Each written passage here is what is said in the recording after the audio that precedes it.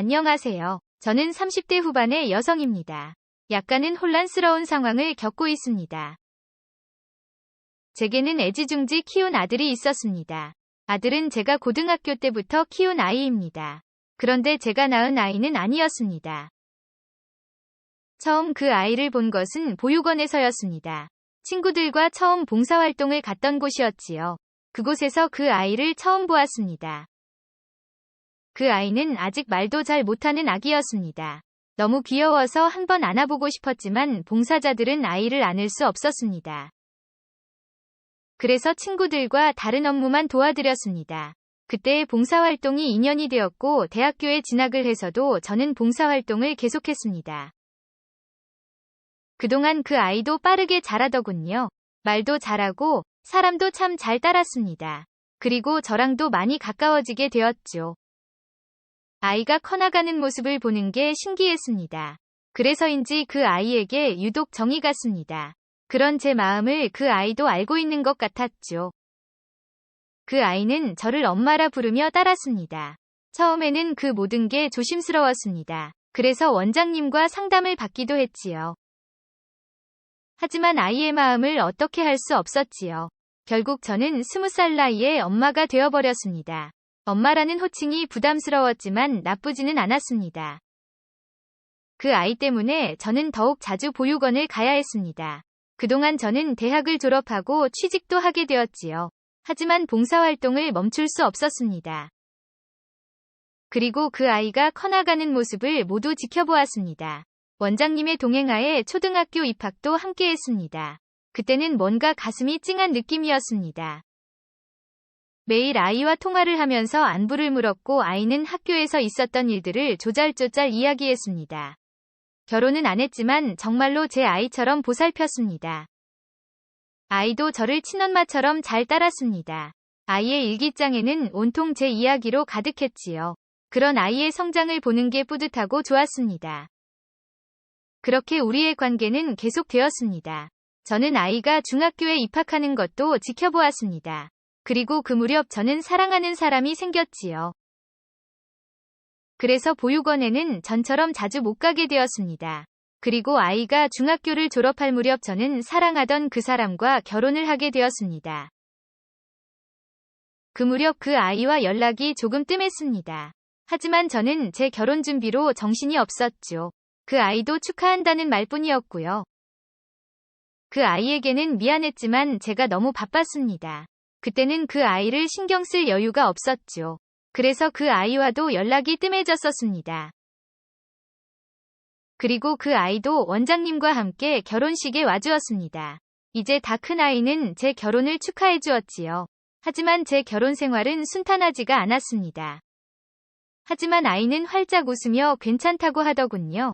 그리고 제게 행복하게 살라고 축하도 해주었죠. 하지만 제 결혼 생활은 순탄하지가 않았습니다.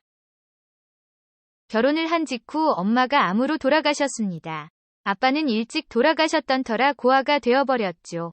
그래도 남편이 있어서 이겨낼 수 있었습니다. 그리고 우리는 가족을 더 많이 만들고 싶었죠. 그래서 아기를 빨리 가지기로 했습니다. 남편이 최대한 많이 낳자고 해서 그러자고 했지요.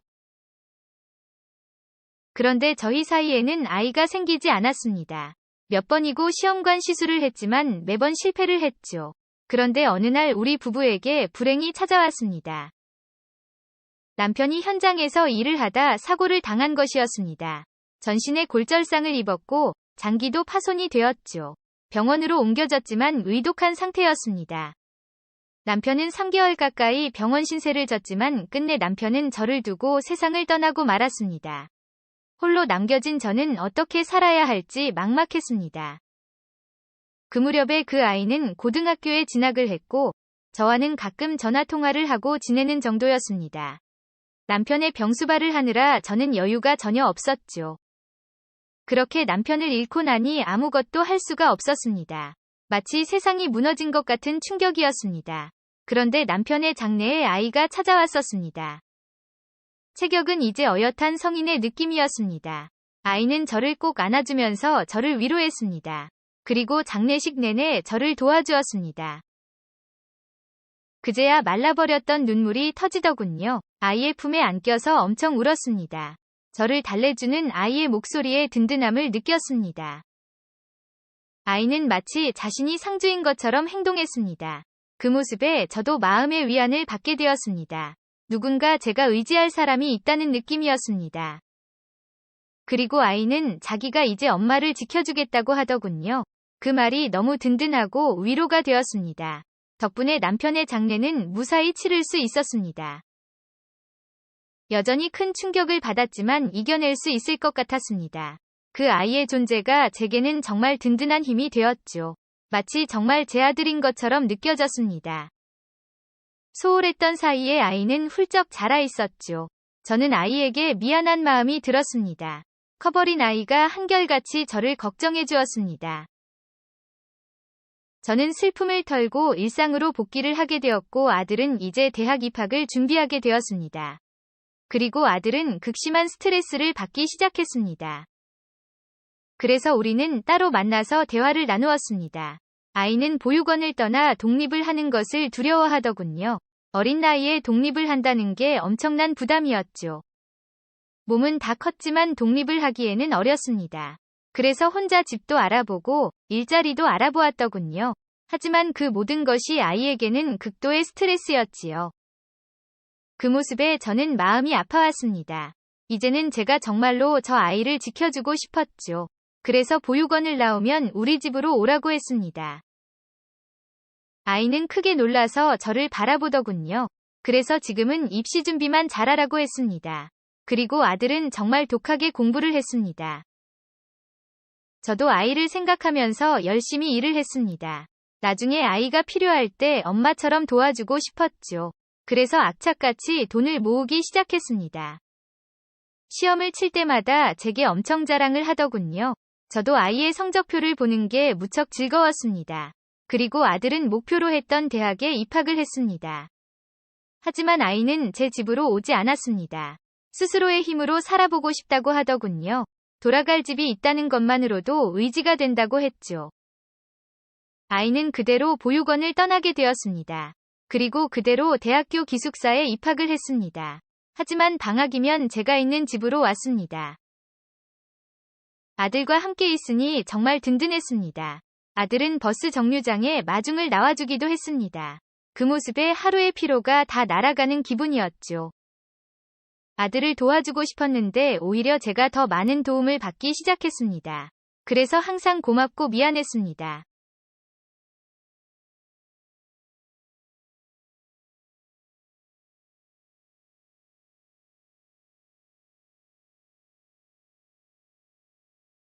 돌아갔을 때 사실 혼자 엄청 많이 울었습니다. 불 꺼진 집에 혼자 들어오는 게 무섭기도 했죠. 그럴 때면 어김없이 아들에게 전화가 왔습니다. 마치 제 기분을 모두 아는 것처럼 저를 달래더군요. 그렇게 아들과 통화를 하다가 잠이 들기도 했습니다. 그런데 어느 날 저녁에 전화가 한 통 걸려왔습니다.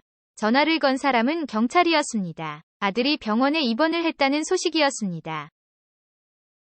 저는 깜짝 놀라 곧바로 병원으로 달려갔습니다. 죽은 남편의 모습이 떠올라 손발이 떨려왔습니다. 머릿속에 온갖 나쁜 생각이 다 떠올랐습니다. 아들이 잘못될까봐 너무 두려웠지요. 떨리는 마음으로 병원으로 들어갔습니다. 병원에서 보니 아들은 팔에 붕대를 감고 잠들어 있었습니다. 병원에 물어보니 팔뼈에 금이 갔다고 하더군요. 아르바이트를 하다가 사고를 당한 것 같았습니다. 지금은 진통제 주사를 맞고 잠든 것 같았습니다. 잠든 아이의 모습에 눈물이 쏟아졌습니다. 병실에서 미친 여자처럼 오열하며 울었던 것 같습니다. 하나뿐인 가족을 잃는 상상에 두렵기도 했습니다. 그리고 병원에서는 보호자를 찾더군요. 수술이 필요해서 보호자 동의를 받으려 하더군요. 하지만 너무 당황스러운 일이 있었습니다. 법적으로 저는 아이의 보호자가 아니었습니다. 그래서 동의서 작성을 할 자격도 안 되었죠. 순간 너무 당황스러웠습니다. 저는 아이를 위해서 해줄 수 있는 게 없었습니다. 우리의 관계를 다시 한번 깨닫고는 마음이 너무 아팠습니다. 저는 아이에게 그저 남일 뿐이었던 것이죠. 결국 아이가 깨어난 뒤에 스스로 의사로 수술을 받았습니다. 수술을 마치고 저는 아들을 데리고 집으로 왔습니다. 아이를 집에서 보살폈지만 마음이 계속 무거웠습니다. 아이에게 무슨 일이 생겨도 저는 보호자가 아니었던 것이죠. 아들은 저랑 함께 있는 걸 좋아하면서도 눈치를 보더군요. 제 기분이 좋지 않은 걸 아들도 알고 있었죠. 그러다 아들과 대화를 나누게 되었습니다. 결국 저는 제가 가지고 있던 고민을 털어놓았습니다.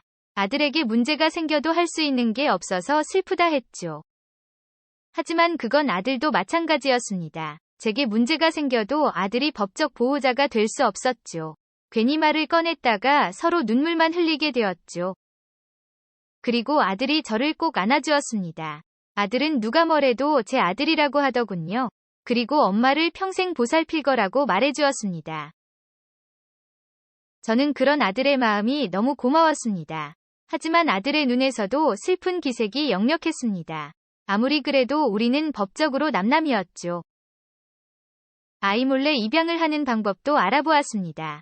하지만 혼자라서 입양이 안 된다고 하더군요. 도무지 가족이 될 방법이 없어서 너무 슬펐습니다. 다행히 아이는 빠르게 회복을 했습니다. 뼈도 이상 없이 붓기 시작한 상태였고요. 저는 아들의 아르바이트를 못하게 했습니다. 하지만 아들은 생활비라도 벌어야 하는 입장이었죠. 그래서 아들을 기숙사에서 나오게 했습니다. 그리고 제 집에서 함께 지냈자고 했지요. 아들은 제게 신세질 수 없다고 했습니다. 제게 미안해서 자기 힘으로 살고 싶다고 하더군요. 그래서 저를 위해서 함께 있어달라고 했습니다. 혼자 지내는 게 너무 외롭고 무섭다고 했습니다. 그제야 아들의 마음도 움직였습니다. 아들은 제 말대로 하기로 했습니다. 하지만 아들은 아르바이트를 그만두지 않았습니다. 그저 조금 덜 위험한 아르바이트로 바꾸었을 뿐이었죠. 그래도 집에 아들이 있으니 너무 좋았습니다. 함께 밥도 먹고 대화도 나누었습니다. 잘 때도 가끔은 아들의 품에 안겨서 자기도 했습니다. 성인이 된 남자의 품이라 조금 어색하긴 했습니다. 아이도 조금은 불편한지 몸을 웅크리더군요. 그래도 아들인데 어떠냐 싶었죠. 다시 저는 행복을 느끼고 있었습니다. 그러다 제 생일날이 다가왔습니다. 아들은 아침부터 미역국을 끓여놓았고 케이크도 준비를 해두었더군요. 아들이 제게 할 말이 있다고 했습니다. 그런데 아들의 표정이 사뭇 진지했습니다. 대체 무슨 소리를 하려고 그러는지 긴장이 되더군요. 그리고 아들은 제게 작은 상자를 내밀었지요. 그 속에는 2개의 반지가 들어있었습니다. 저는 그게 뭔지 알 수 없었습니다. 그런데 아이가 제게 놀라운 말을 하더군요. 자기와 결혼을 하자고 말이죠. 저는 그게 무슨 소리인지 다시 물었습니다. 자기가 제 보호자가 되고 싶다고 했습니다. 그런데 아무리 생각해도 방법이 없었다고 했죠. 그래서 결혼을 하면 법적 보호자가 될 수 있다더군요. 아이도 저와 가족이 되려고 많이 알아봤더군요. 저는 결국 포기했지만 아이는 아이였습니다. 아이는 쉬운 방법이 있다는 사실을 알고 있었습니다. 아무리 그래도 이건 좀 당황스러웠습니다. 하지만 아이는 또 다른 이야기를 하더군요. 사실 예전부터 여자로서 저를 사랑했다고 했습니다. 항상 저만 바라보며 살았다고 했습니다. 가족이 될 방법을 찾아보면서 확신을 했다더군요. 엄마가 아닌 아내로 저와 함께하고 싶다고 말이죠. 받아주지 않는다면 독립을 할 것이라고 하더군요. 그 결심이 가벼운 마음은 아닌 것 같았습니다. 이미 이전과 같은 관계로 돌아가기는 힘들었습니다. 저는 너무 당황스러워 어찌할지 갈피를 못 잡았습니다. 받아들이는 것도 이상했지만 거절도 못했습니다. 그렇게 망설이고 있으니 아이가 먼저 용기를 내더군요. 아이는 조용히 저를 자기 품으로 안아주었습니다. 그리고 저는 끝내 아이를 밀어내지 않았습니다. 아이는 그대로 제게 입술을 맞추었습니다. 그 시도가 어떤 의미인지 알 수 있었습니다. 당황스러웠지만 피하고 싶지가 않았습니다. 제게는 이 아이가 필요했으니까요. 그래서 끝내 거절을 하지 못했습니다. 당황스러운데도 가슴이 떨려오기 시작했습니다. 결국 저는 엄마가 아닌 여자로서 그를 받아들였습니다. 싫지는 않았지만 너무 혼란스러웠습니다. 아들처럼 키웠던 아이가 남자가 되어 저를 안고 있었죠. 너무 비현실적인 상황이라 받아들이기 쉽지 않았습니다. 하지만 우리에게는 가족이 필요했고 아이는 저와 진짜 가족이 되고 싶어 했습니다. 그래서 저도 점점 그를 온전히 받아들이게 되었죠. 우리끼리 반지를 주고받고 미래를 약속했고 그는 곧바로 혼인신고를 하기도 했습니다. 그는 빨리 아기를 만들고 싶어 하고 있습니다. 그의 품에 안겨 있으면 행복합니다. 하지만 이래도 되는지 여전히 혼란스럽습니다. 저는 분명 그가 좋습니다. 하지만 아들로서 좋아하는지 아니면 남자로서 좋아하게 된 것인지 지금도 확신이 서지 않습니다. 물론 저는 그와 평생 함께 싶습니다. 하지만 이렇게 남자로서 그를 받아들이고 살아도 될지 여전히 두려운 마음이 듭니다. 하지만 그와 평생 함께하고 싶습니다. 조심스럽지만 그의 아내가 되고자 합니다. 그와 함께 행복하고 싶습니다. 영상 시청 감사합니다.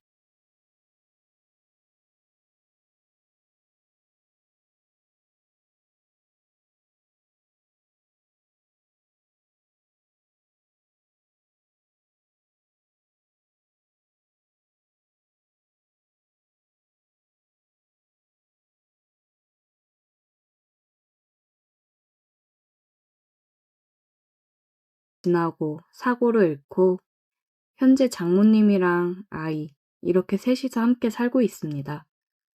장모님과의 관계가 깊어져 어떻게 하는 게 좋을지 몰라 이렇게 글을 작성해서 의견을 구해보고자 합니다. 장인어른은 집안에 돈이 많으셨고 장모님은 가정 형편이 많이 어려우셨다고 해요. 장인어른께서 장모님이 사시는 곳에 놀러 왔다가 우연히 장모님을 보고 첫눈에 반하셨다고 합니다. 장모님은 나이 차이가 많이 나는 장인어른이 자꾸 만나자며 다가오자 강하게 거부 의사를 표현했지만 장인어른은 장모님 형편이 어려운 걸 알고 장모님 부모님을 찾아가 빚 해결해 줄 테니 따님을 달라고 얘기를 해서 장인어른과 장모님이 결혼을 하게 되었다고 하더라고요. 장모님은 어린 나이에 사랑하지 않는 사람과 결혼을 해서 결혼 생활을 하셨어요. 그리고 바로 제 아내를 출산하셨고 아이 때문에 참고 살았다고 했습니다. 그런데 장인어른이 술, 담배를 엄청 하셨었는데 정말 갑자기 심장마비로 세상을 떠났다고 하셨어요. 살면서 장인어른에 대한 원망도 많았지만 그래도 남편이고 아이 아빠니 먼저 떠나보낸 게 마음이 많이 아프셨다고 합니다. 장인어른이 남기고 간 재산이 많기 때문에 먹고 사는 문제에 있어서는 크게 걱정이 없었다고 하셨어요.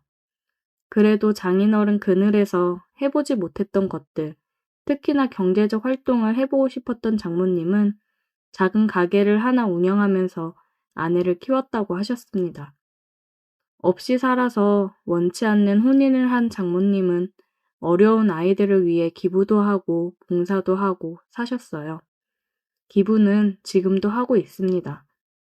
그런 장모님 밑에서 자란 아내여서 그런지 아내도 참 밝고 사랑스러운 사람이었습니다.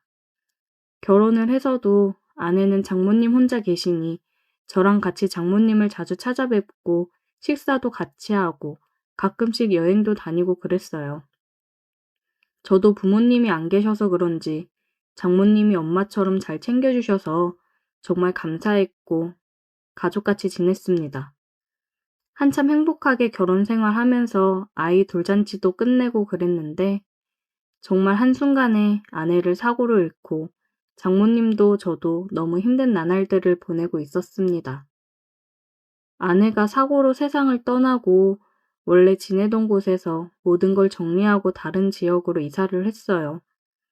아내와 함께 했던 집에서 생활하기 힘들 것 같았는데 마침 회사에서 다른 지역에 지점 하나를 더 낸다고 해서 제가 가겠다고 했습니다. 어린 아이 때문에 장모님이랑 함께 지내기로 해서 같이 이사를 했습니다. 장모님이 아이를 봐줬어요. 힘든 마음을 추스르고 장모님도 저도 힘겨운 상황에서도 서로를 의지하면서 지내고 있었습니다. 장모님도 젊으신 편이기 때문에 사람들이 가끔 저희를 부부로 오해하기도 했어요. 저 또한 장모님이랑 지내오면서 결혼 생활을 하고 있는 듯한 기분이었습니다. 아내랑 장모님이 많이 닮기도 했거든요. 저희는 묘한 분위기 속에서 함께 지냈습니다. 모든 문제는 술을 마시고 나서 일어나죠. 회식이 있는 날이라서 술을 먹었는데 조금 과하게 먹은 날이었어요. 업무 스트레스도 심했고 아내가 더 그리운 그런 날이었거든요. 그렇게 취해서 새벽에 집에 들어갔습니다. 장모님께서 안 주무시고 혼자 눈물을 흘리며 소주를 드시고 있었어요. 장모님, 왜 혼자 술을 드시고 계세요? 박서방 왔어? 에휴, 나도 참 죽책맞게. 신경 쓰지 말고 얼른 들어가 쉬어. 저도 한 잔 주세요. 아내가 그렇게 떠나고 나서 장모님이랑 처음으로 같이 술을 마셨습니다. 장모님, 윤경이 그렇게 떠나보내고 저 진짜 장모님 덕분에 살고 있습니다. 장모님 아니었으면 맨날 술독에 빠져 있었을 거예요. 우리 윤지도 제대로 못 돌봤을 거고요. 장모님도 힘드실 텐데 너무 감사해요. 내가 윤경이 엄마, 윤지 할머니로서 당연히 해야 되는 일들인데 뭐가 고마워. 고마워하지 마. 장모님이랑 한참을 얘기하면서 술을 마셨어요. 이렇게 술을 많이 마시면서 힘들어하는 이유는 저도 장모님도 알고 있었습니다. 떠난 아내에 대한 그리움도 있었지만 미안함이 더 컸습니다. 장모님이랑 이렇게 지내면서 우리는 서로에게 마음이 있다는 걸 느끼고 있었어요. 저는 장모님을 여자로, 장모님은 저를 남자로 보고 있었습니다. 한 집에서 계속 같이 지내고 아이도 있고 결혼한 부부처럼 생활을 하고 있는데 그리고 젊고 아내 닮은 장모님이니 제 마음이 마음대로 되지 않더군요. 애써 서로 부정하고 외면하고 있었지만 사람 마음이라는 게 어디 마음대로 되던가요? 서로에 대한 마음이 점점 더 커져가니 힘들 수밖에요. 장모님, 저 더 이상 제 마음을 숨길 수가 없어요. 윤경이한테 너무 미안하고 이러면 안 되는 거 알지만 장모님을 향한 제 마음을 더 이상 멈추기 힘들어요. 박서방, 장모님도 저 사랑하시잖아요. 우리가 윤지랑 이렇게 행복하게 사는 게 윤경이도 바라는 거 아닐까요? 저는 얘기를 하면서 눈물을 흘렸습니다. 장모님이 눈물 흘리는 저를 보며 눈물을 닦아주었고 우리는 서로의 눈을 바라보았습니다. 사랑해요. 저는 사랑한다는 말을 하고 키스를 했습니다. 우리는 눈물을 흘리며 서로를 안았어요. 이제는 정말 돌이킬 수 없는 강을 건넜기 때문에 서로의 마음을 인정하고 표현했습니다. 그냥 지금 이 순간이 너무 소중하고 미안하고 여러 가지 감정이 겹쳤던 것 같아요. 하지만 이 시간 이후로는 정말 남아있는 우리의 행복만을 생각하려고 합니다. 다음날 아침 우리는 함께 눈을 떴고 다시 한번 서로의 마음을 확인했습니다. 우리는 서로 부르는 호칭도 바꿨어요.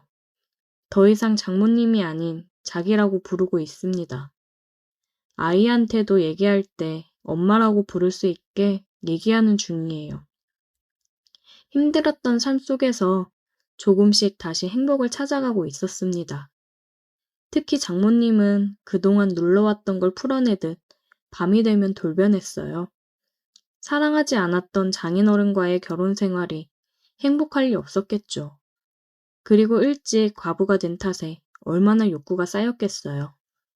그리고 이제 서로 사랑하는 사이가 됐으니 그 욕구가 표출되는 건 당연하다고 생각합니다.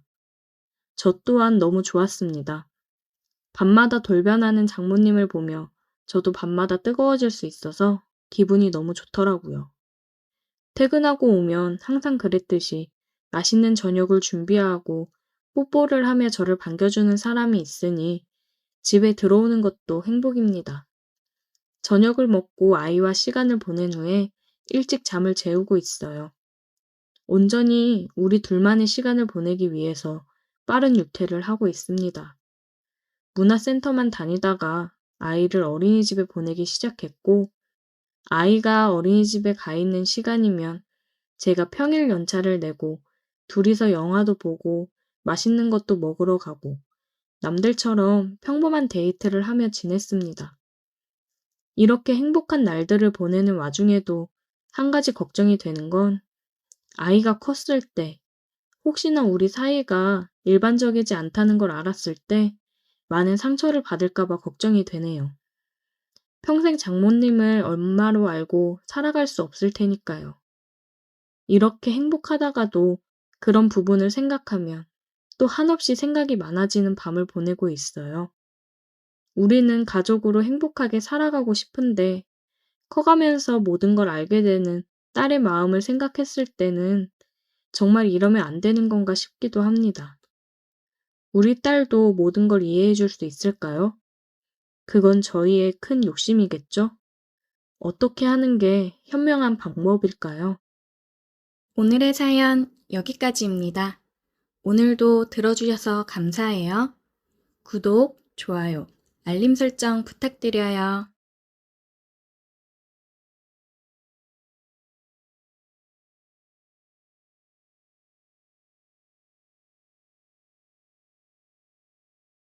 의 남자입니다. 얼마 전 아내로부터 듣게 된 충격적인 제안에 이러지도 저러지도 못하고 있어 고민입니다. 친구에게 제 고민을 털어놨더니 뭐가 문제냐며 복받은 놈이라고 뭐라 했지만 실제로 이런 일을 겪게 된다면 정말 저렇게 쉽게 말할 수 없을 거예요. 저의 이 사연을 한번 이야기해 보도록 하겠습니다. 저는 제법 순탄한 삶을 살아왔어요. 강압적인 부모님 밑에서 자라온 탓에 항상 좋은 성적을 유지했고 좋은 대학에 갈 수 있었습니다. 좋은 배경을 얻게 되어서인지 취직도 나름 유명한 기업에 들어갈 수 있게 되었지요. 이런 저에게도 고민이 하나 있었습니다. 그건 바로 제 스스로 결정을 내려본 적이 없다는 것이었지요. 공부도 학교도 군입대까지도 심지어 이력서를 쓴 회사들까지도 모두 부모님이 원하는 대로였어요. 대학만 가면, 전역만 하면, 졸업만 하면, 이런 바람이 독립만 하면까지 올 때까지 제 스스로 무언가를 결정하는 일은 없었습니다. 독립을 하고 나서도 부모님의 관여는 변함없었지요. 대출을 끼고 전세를 들어가더라도 서울에 아파트 하나 구하기 전까진 허튼 생각하지 말고 돈을 모으라고 하셨어요. 당연히 그 나이가 연애 한번 못했었죠. 부모님이 시키는 대로 해서 여태까지 손해본 적은 없었기 때문에 거절할 수 없었습니다. 동기들이나 친구들은 다 취직 성공 후 연애다 결혼이다 이러며 제 짝을 찾고 있는데 저는 그깟 돈 몇만 원 아끼기 위해서 주말에는 방구석에 처박혀 있어야 하는 신세였지요. 무료하게 버리기만 하는 시간이 아쉬워 돈 안 들이고 사람도 사귈 만한 무언가를 찾다가 봉사활동을 다니기 시작했어요. 제 아내는 봉사활동을 가서 만났어요. 장애아동시설에 가서 봉사활동을 하는 어느 날이었는데 빨래터에 쪼그려 앉아 손빨래를 하고 있는 모습이 눈부시도록 아름다워서 첫눈에 반하고야 말았습니다. 민소매 티와 청반 바지를 입고 슬리퍼를 신은 채 쪼그려 앉아있는 모습이 처음 본 아내의 모습이었어요.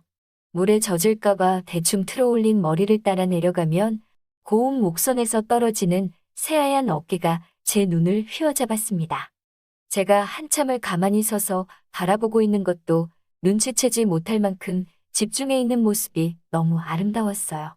아내에겐 언제나 함께 다니던 친구가 한 명 있었어요.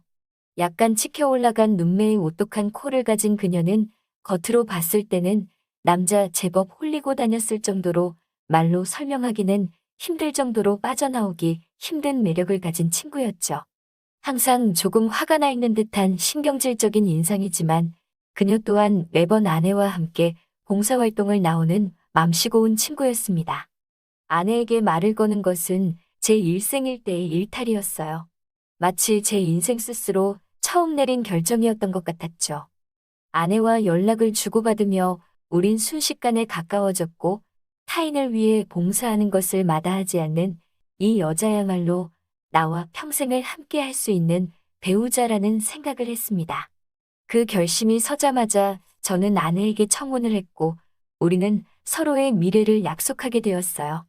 부모님의 허락을 받으러 가기 전 아내가 저에게 말하지 못한 사실을 하나 말해주게 됩니다. 아내는 사실 갓난아기 시절 부모에게 버려져 보육원에서 자랐다는 사실이죠.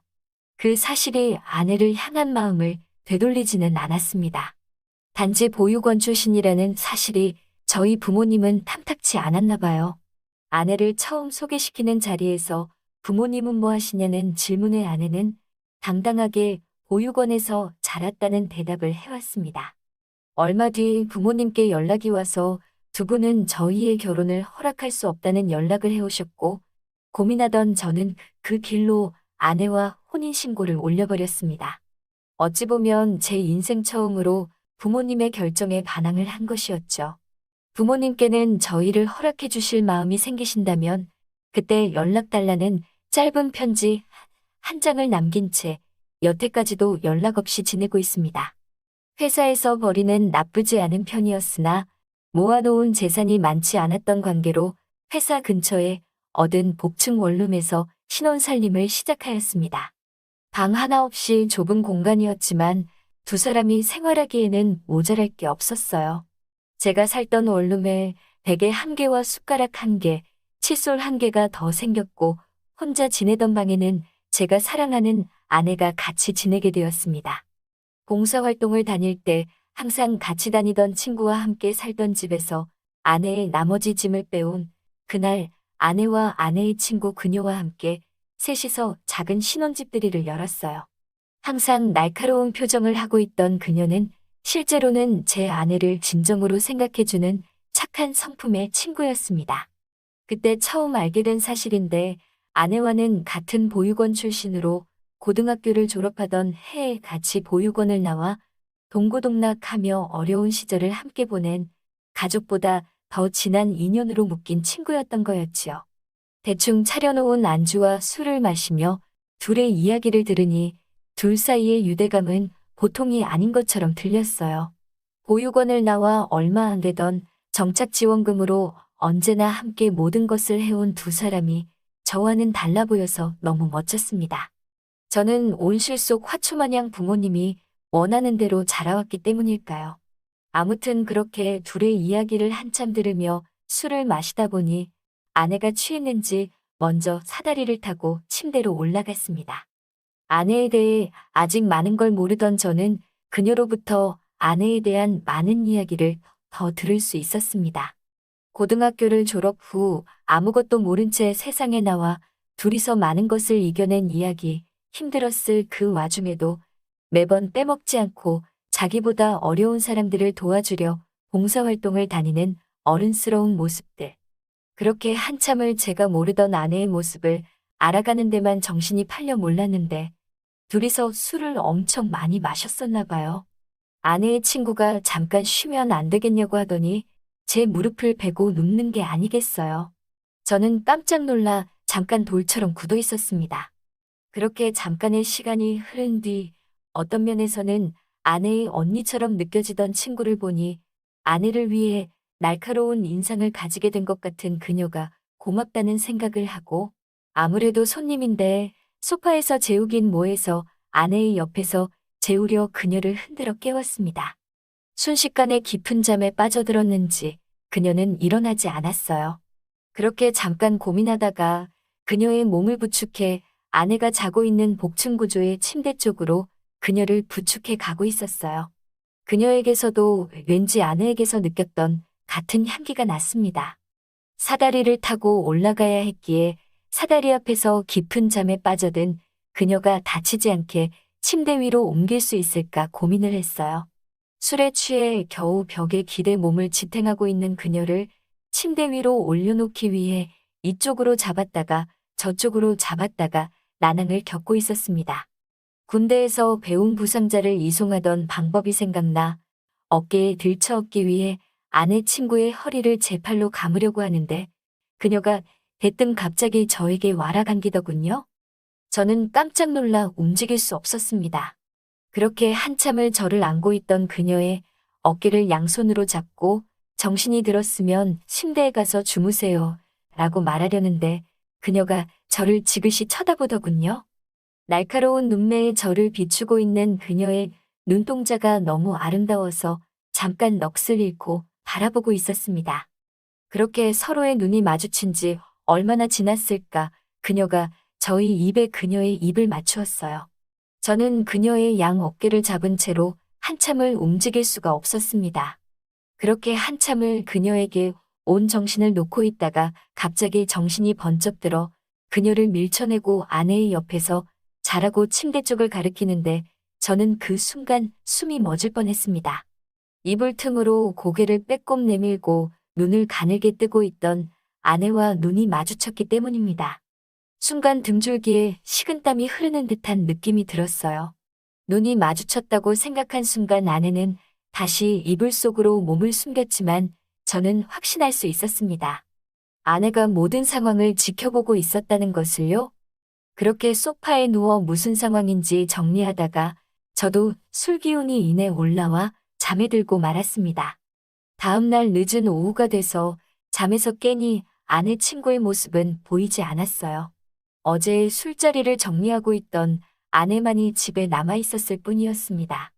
널브러진 술병 따위를 집으며 정리에 여념이 없는 아내의 뒷모습을 보며 잠에서 깬 걸 티내야 하나 한참을 고민했어요.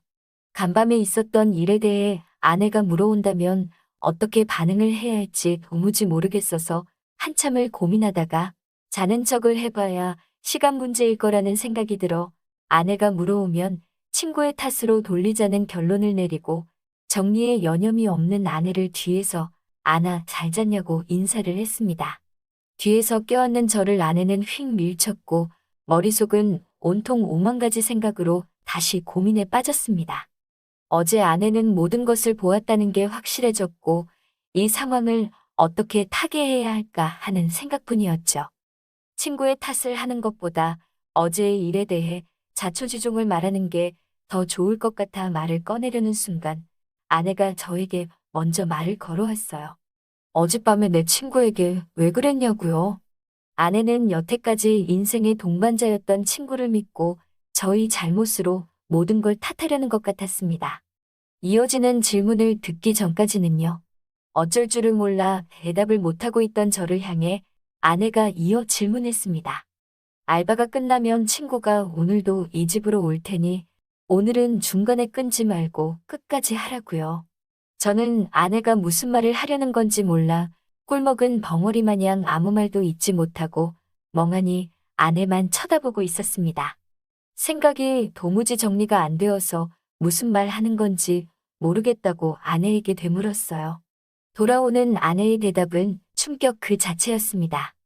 아내는 친구와 자기는 둘이서 하나나 마찬가지이니 아내가 사랑하는 저 또한 두 사람의 공동 소유라는 충격적인 말을 이어왔습니다.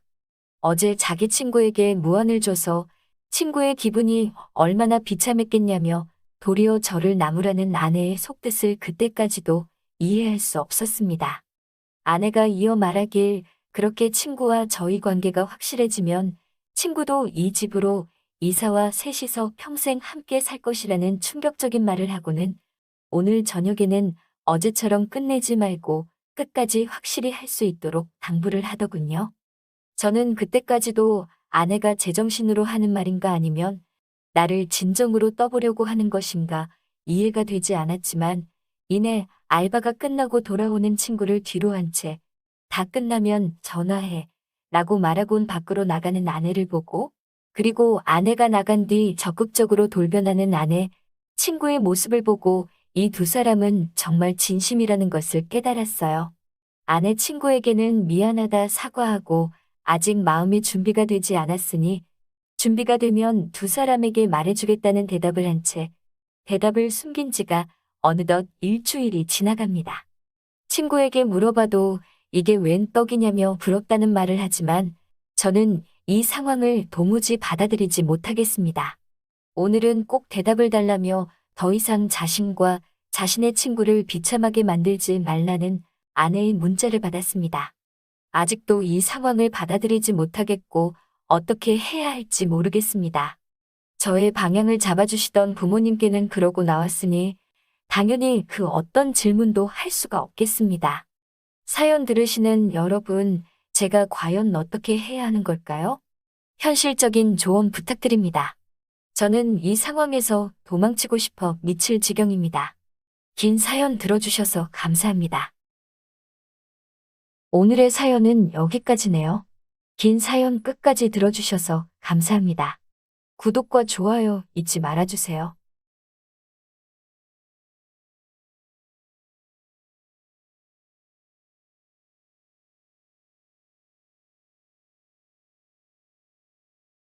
하고 헬스장에서 같이 운동하는 사람들과 대화를 하면서 하루를 즐겁게 보내고 있었습니다. 평소와 같이 퇴근을 하고 헬스장에 가서 운동을 하고 있었습니다. 그런데 되게 이쁘고 착한 여자가 눈에 띄었습니다. 그래서 저는 그녀를 유심히 쳐다보면서 운동을 하고 있었어요. 그녀는 헬스장에 있는 어르신 분들께도 엄청 예의 바르게 행동을 하고 친절하더라고요. 저는 그런 그녀의 모습에 심쿵했습니다. 가슴속으로 용기 있는 자만이 미인을 얻는다고 생각하면서 그녀에게 다가가서 은근슬쩍 말을 걸고 조금씩 대화를 나눴습니다. 그렇게 며칠간 헬스장에서 운동을 하면서 그녀와 대화도 많이 하고 가까워졌어요. 그런데 어느 날 그녀와 또 한참 대화를 하고 있었는데 남자 트레이너가 그녀에게 오더니 굉장히 친한 척 얘기를 하더라고요. 둘이 굉장히 친해 보였습니다. 역시 예쁜 여자를 보면 남자들은 다들 가만히 있지 않는구나 생각했습니다. 제가 그런 것처럼 다들 예쁜 그녀와 한마디라도 해보려 안달이 나겠죠. 저랑 대화를 하고 있던 그녀는 남자 트레이너가 오자 서로 대화를 하는데 그녀는 남자 트레이너한테 마사지를 받으러 가자고 말을 하는 겁니다. 저는 순간 엄청 놀랐습니다. 혹시 마사지 받으러 가자는 게 내가 알고 있는 그런 건가? 생각하면서 속으로 굉장히 혼란스러웠습니다. 다음날 저는 또 헬스장을 가서 남자 트레이너한테 자세 좀 한번 봐달라고 이야기를 하고 남자 트레이너를 떠봤습니다. 어제 수영 씨랑 무슨 대화 하신 거예요? 마사지 얘기 나오던데. 마사지 잘하는 곳 있으면 저도 소개 좀 시켜줘요. 아, 그거요? 마사지가 그 마사지가 아니에요. 마사지 하러 가자는 건 운동 끝나고 모텔 가자고 하는 거예요. 저 수영 씨랑 잤거든요. 저는 남자 트레이너한테 얘기를 듣고서 너무 충격이어서 이제 그녀와 거리를 둬야겠다 생각했습니다. 내가 그동안 봐왔던 착했던 그녀의 모습과는 전혀 다른 모습의 그녀에 대해 이야기를 들으니 믿기지가 않았습니다. 마사지 하러 가자고 하던 그녀의 모습은 굉장히 들떠 보이고 늘상 있던 일처럼 자연스러웠거든요. 저는 그래서 그녀에 대한 제 마음을 조금씩 정리해야겠다고 생각하고 헬스장에 가서 그녀를 마주쳐도 모르는 척 지나가고 피했습니다. 그녀도 제가 피하는 걸 느꼈는지 4일쯤 지났을 때 저녁에 전화가 오더라고요. 그녀의 전화번호였습니다. 저는 고민을 하다가 결국 전화를 받았습니다. 서준 오빠, 혹시 여자친구 생겼어? 아니. 그런데 요즘 왜 이렇게 나 피하는 것 같지? 내가 뭐 잘못한 거 있어? 그런 거 아니야. 그러면 내일 만나서 얘기 좀 하자. 그녀는 내일 만나서 얘기를 하자고 했습니다. 저는 알겠다고 했어요. 그렇게 퇴근 후 그녀와 만나기로 했던 장소로 갔습니다. 그녀는 먼저 나와서 기다리고 있더군요. 오빠 왔어? 응, 먼저 와 있었네. 일찍 끝나서 기다렸지. 우리 카페 갈까? 아니, 그냥 차에 타. 그냥 둘이 조용히 얘기하고 싶어. 저는 둘이 차 안에서 조용히 얘기를 하고 싶어서 그녀를 차에 태웠고 가까운 공원에 주차를 하고 그녀와 얘기를 했습니다. 오빠, 요즘 연락도 안 하고 헬스장에서 만나도 모르는 척하고 왜 그러는 거야? 내가 오빠한테 뭐 잘못한 거 있어? 그냥 솔직하게 말해줘. 그녀가 솔직하게 말해달라고 해서 저는 거짓 없이 들었던 말을 해줬습니다. 솔직히 나는 너랑 잘해보려고 했는데 그때 남자 트레이너랑 너랑 대화하는 거 다 들었어. 너가 마사지 하러 가자고 얘기했잖아. 내가 혹시나 싶어서 그 트레이너한테 마사지 잘하는 곳 있으면 소개시켜 달라고 하니까 웃으면서 그러더라. 마사지가 그게 아니라고. 모텔 가서 하자는 거였다고. 그러면서 너랑 잤다고 하는데 너한테 실망하기도 했고 그놈이 그렇게 말하는데 진짜 기분이 별로고 화가 나서 그냥 여기서 너랑 끝내는 게 맞다고 생각했어. 그녀는 얘기를 듣고 표정이 안 좋아졌지만 화를 내거나 하지는 않았습니다. 그러면서 다 오해라고 하더군요. 진짜 마사지 잘하는 곳 있다고 전부터 얘기해서 오늘 마사지 하러 가자고 얘기했던 거야. 오빠랑 내가 잘 돼가고 있는 것 같으니까 괜히 오빠한테 헛소리 했나 보네. 오빠 나 못 믿어? 저는 그녀와 계속 대화를 했고 한번 그녀를 믿어보기로 했습니다. 그녀와 그렇게 몇 번 만남을 갖고 연인으로 발전했습니다. 저는 그녀와 연인으로 발전해서 항상 기쁨으로 가득 찼습니다. 가만히 보고만 있어도 웃음이 멈추지 않을 정도로 제가 할 수 있는 모든 걸 여자친구에게 해주고 싶었어요. 평일에 휴무일 때는 아침에 커피를 사서 회사까지 태워주고 여친이 퇴근할 때 여친이 우산이 없을 때면 저는 우산을 챙겨 차를 타고 여친 회사 앞으로 가서 기다렸다가 여친이 나오면 우산을 씌워주고 차를 태워 집까지 데려다주고는 했습니다. 그런데 얼마 후 여친이 아는 오빠들이랑 2박 3일로 여행을 갔다 온다고 말하길래 저는 안 된다고 말했는데 여친이 갑자기 저한테 화를 내더라고요. 오빠, 나 못 믿는 거야? 어차피 그 오빠들 다 유부남인데 내가 유부남들이랑 뭔 일 날까봐? 오빠가 생각하는 그런 일 생길 일 없으니까 뭐라고 하지 마. 알아서 갔다 올 테니까. 이렇게 말을 하는데 어이가 없었습니다. 솔직히 사랑하는 여자가 얼굴도 본 적 없는 남자들이랑 2박 3일 여행을 간다고 하는데 누가 잘 다녀오라고 하겠어요. 연애 초부터 주변에 남자들 많은 게 싫다고 조심해줬으면 좋겠다고 얘기했었는데 다 친한 오빠들인데 어떻게 그러냐며 오빠가 나에 대한 믿음이 없어서 그런 거라고 하더라고요. 그리고 데이트하다 보면 스마트워치에 카톡 내용이 살짝 보여서 잠깐 봤는데 보고 싶다는 문자가 오는 거예요. 조금 화가 나긴 했지만 참았습니다. 점심을 먹고 커피를 한잔 하는데 여친이 웃으면서 아는 오빠가 엄마랑 싸우고 가출해서 모텔 갈 사람 구한다고 하는 거예요. 여친이 친한 사람들이랑 몇 개 단톡방이 있는데 그중 하나는 여친 한 명만 여자고 다들 남자였습니다. 저는 여친이랑 스킨십은 키스랑 손잡는 것 뿐이었는데 저도 쉽게 모텔 가자고 말을 못했는데 다른 녀석이 내 여자한테 그렇게 말하니 입을 찢어버리고 싶었습니다.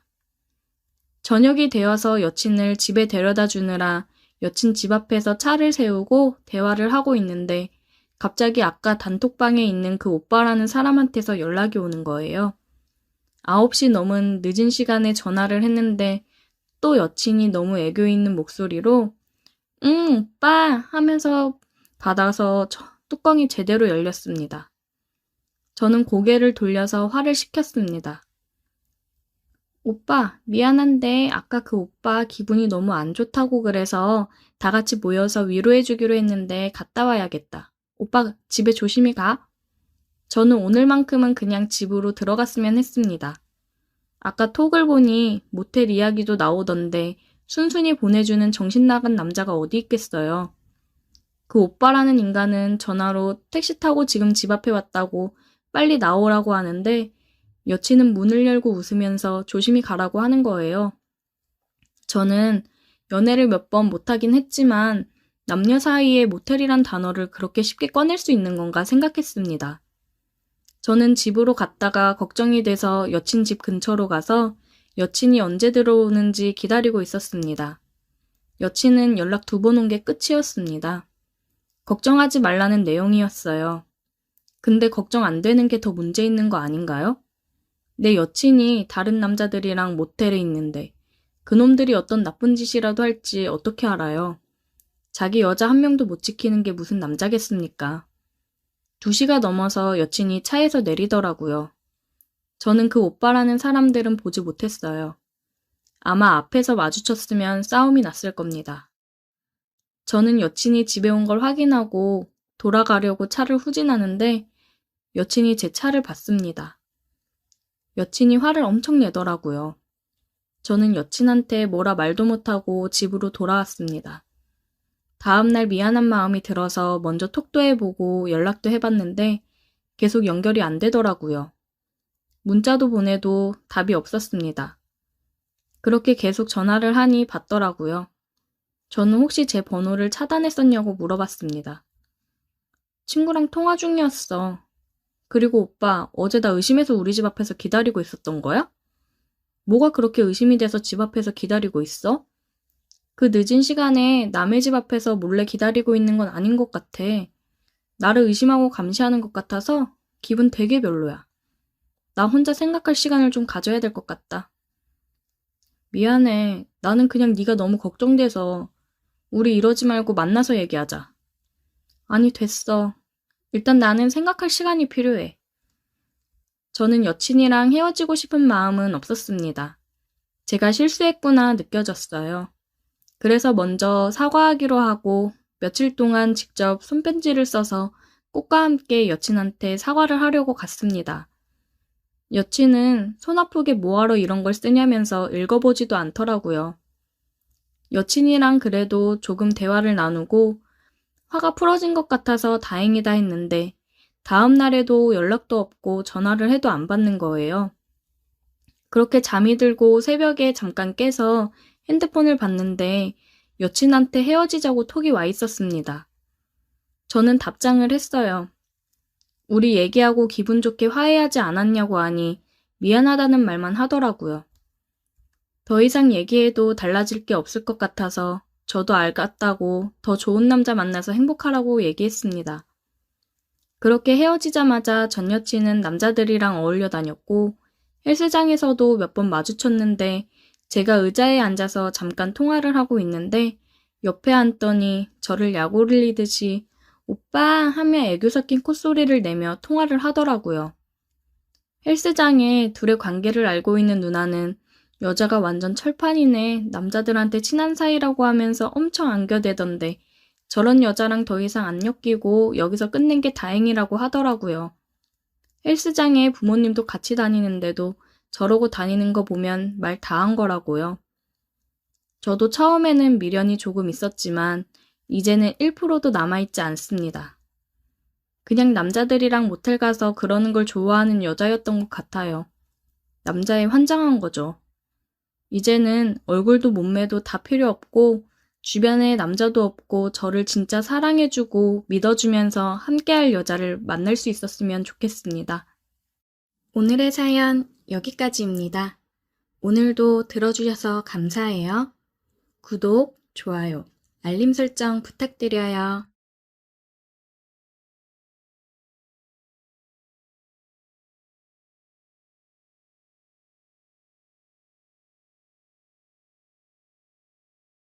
연애도 못하고 적적한 나날이 계속되고 있을 때 나는 뭘 할까 매일 같이 고민했다. 이런저런 게임도 많이 해보고 했지만 너무 지루했다. 나는 여러 취미생활, 동호회를 찾아가 봤다. 배드민턴 동호회, 볼링 동호회 등등 가봤지만 고추밭이었다. 꽃은 하나인데 벌레들만 득실득실한 꼴이었다.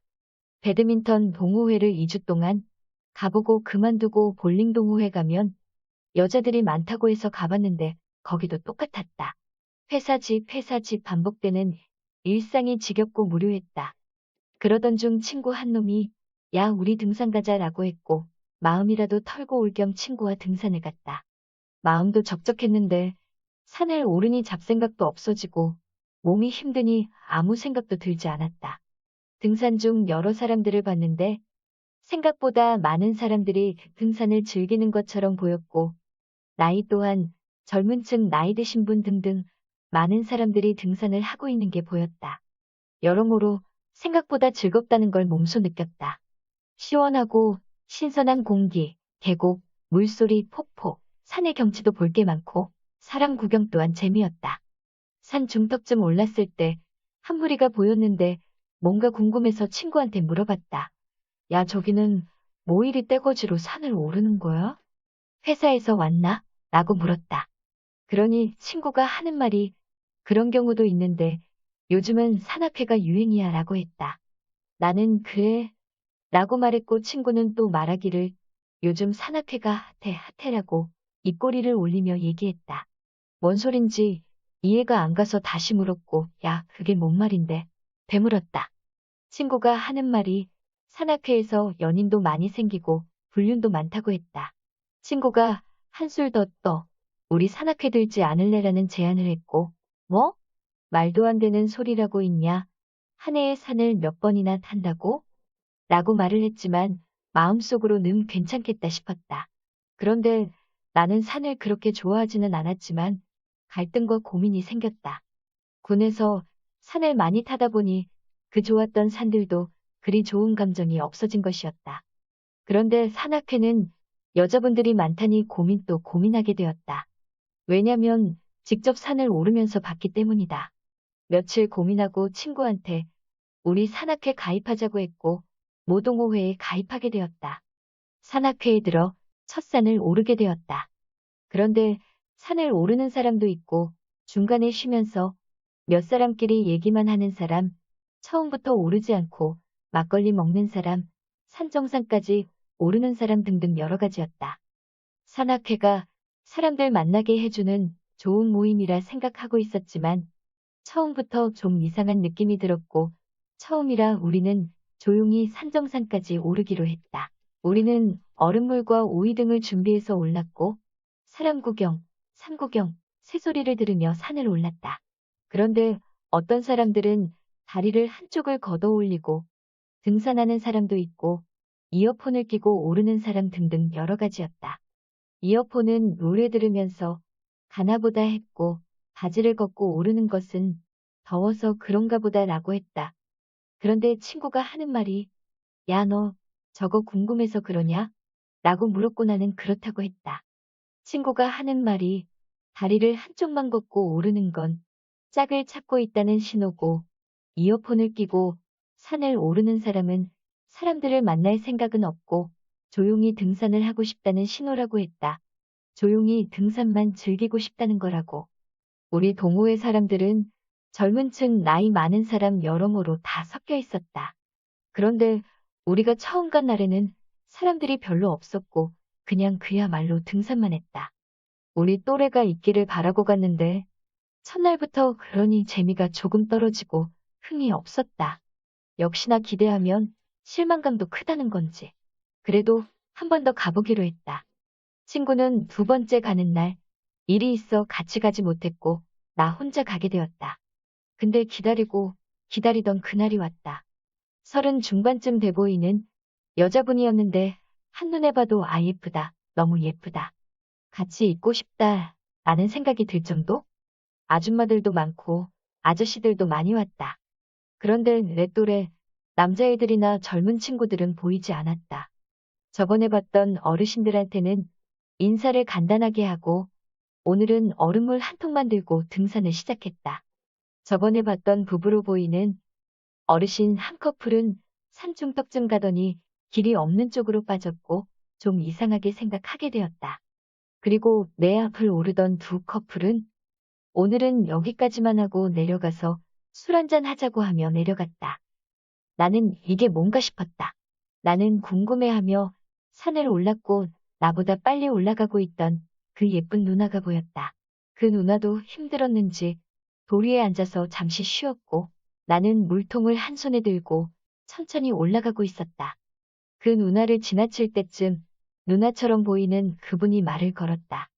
우리 동호회 사람 같은데 처음 오셨나 봐요? 라고 물었다. 나는 얼떨결에 대답했고 저는 저번 주부터 다니기 시작했다고 얘기했다. 그리고 저번 주에 왔을 때는 안 보이셨는데 저번 주에는 왜 안 오셨냐고 물어보기도 했다. 물어보니 친구 결혼식에 있어 못 왔다고 했다. 그 누나처럼 보이는 분은 나에게 나이와 이것저것 물어봤고 나도 물을 마시면서 그분의 나이를 물어봤다. 나는 30, 그분은 33, 3살 차이가 났었다. 나는 누나에게 물을 건넸고 누나는 고맙다며 물을 마셨다. 그렇게 조금 쉬다가 그 누나와 같이 산을 올랐고 나는 궁금해서 결혼은 했냐고 물었다. 누나는 결혼은 했었다라고 얘기하면서 말끝을 흐렸고 아이도 있다고 했다. 누나는 20대 중반에 결혼을 했고 아이도 생겼다고 했다.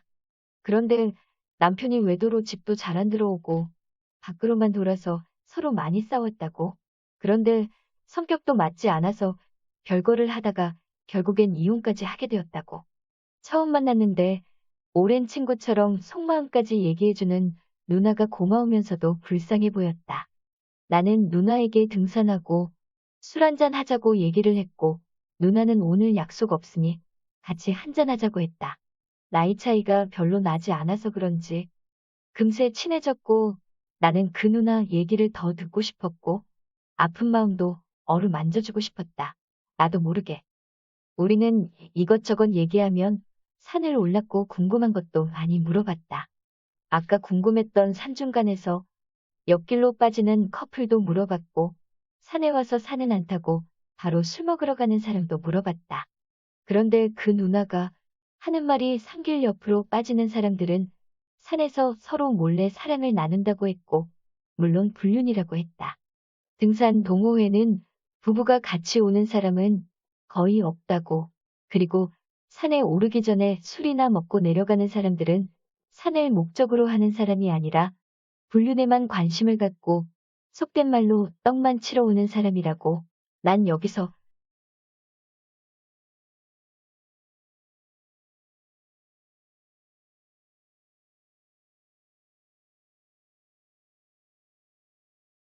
라며 말을 넘겼다.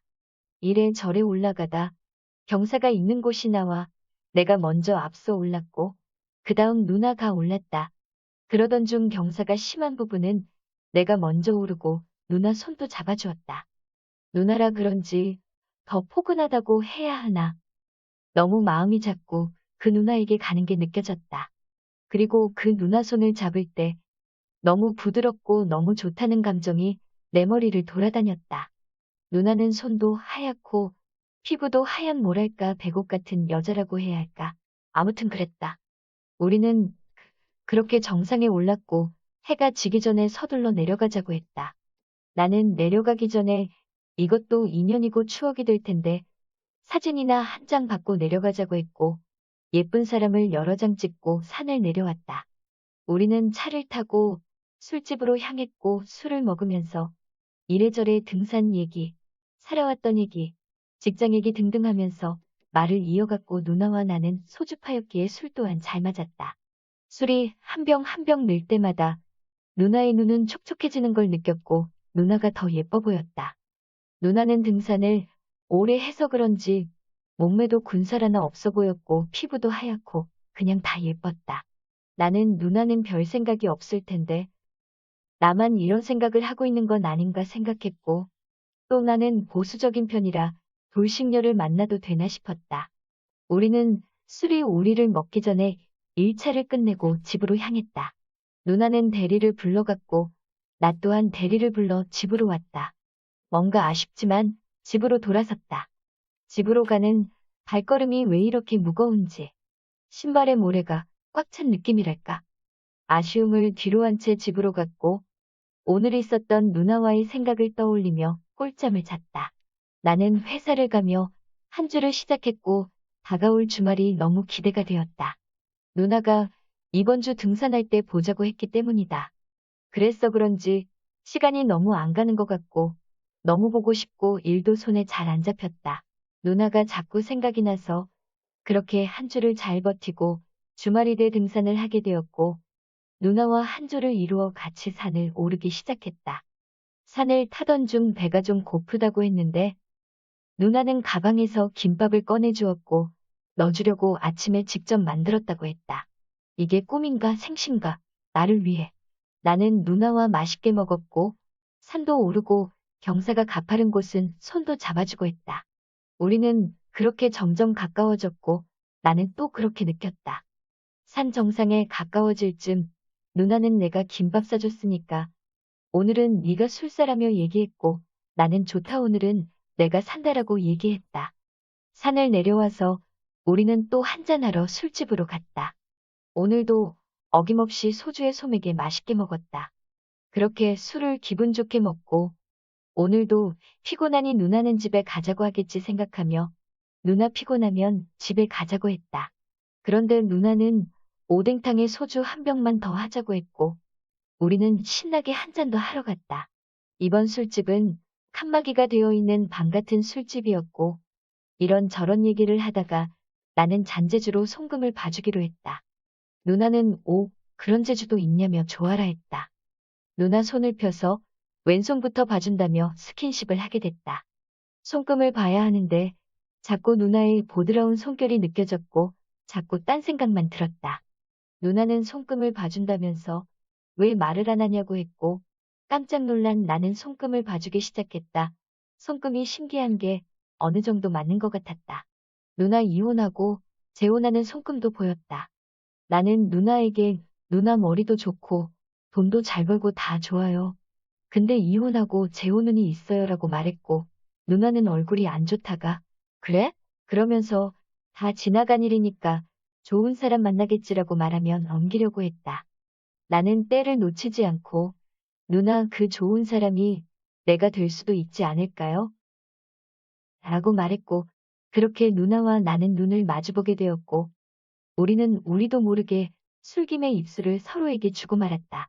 그때까지는 아무런 생각도 안 들고 누나가 돌싱이든 뭐든 애가 있든 아무런 생각도 나지 않고 그냥 이 누나랑 계속 같이 있고 싶다는 생각밖에 들지 않았다.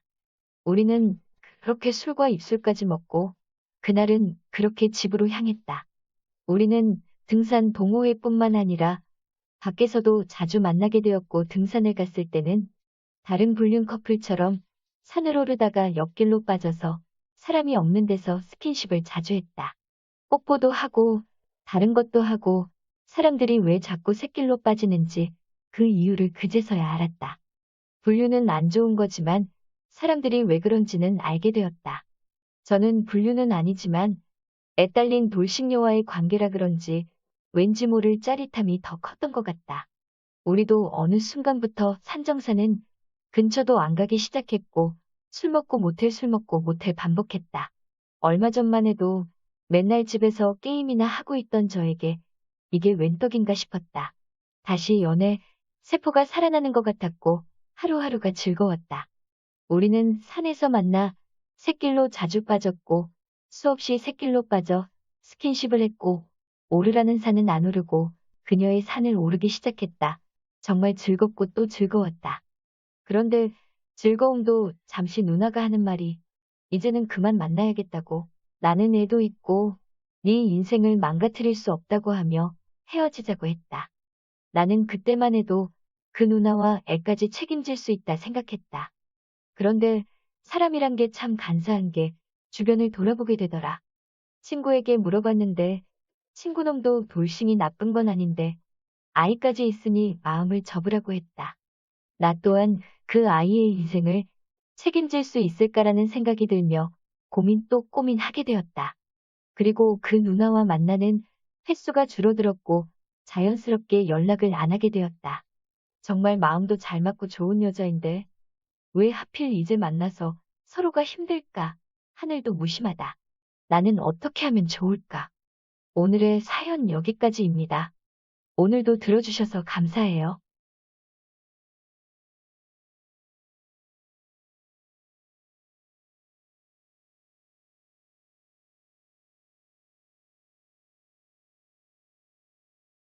기대 가득했던 사회생활이 걱정 가득으로 바뀌어 지금 제가 잘하고 있는 건지 어떻게 해야 되는 건지 모르겠네요.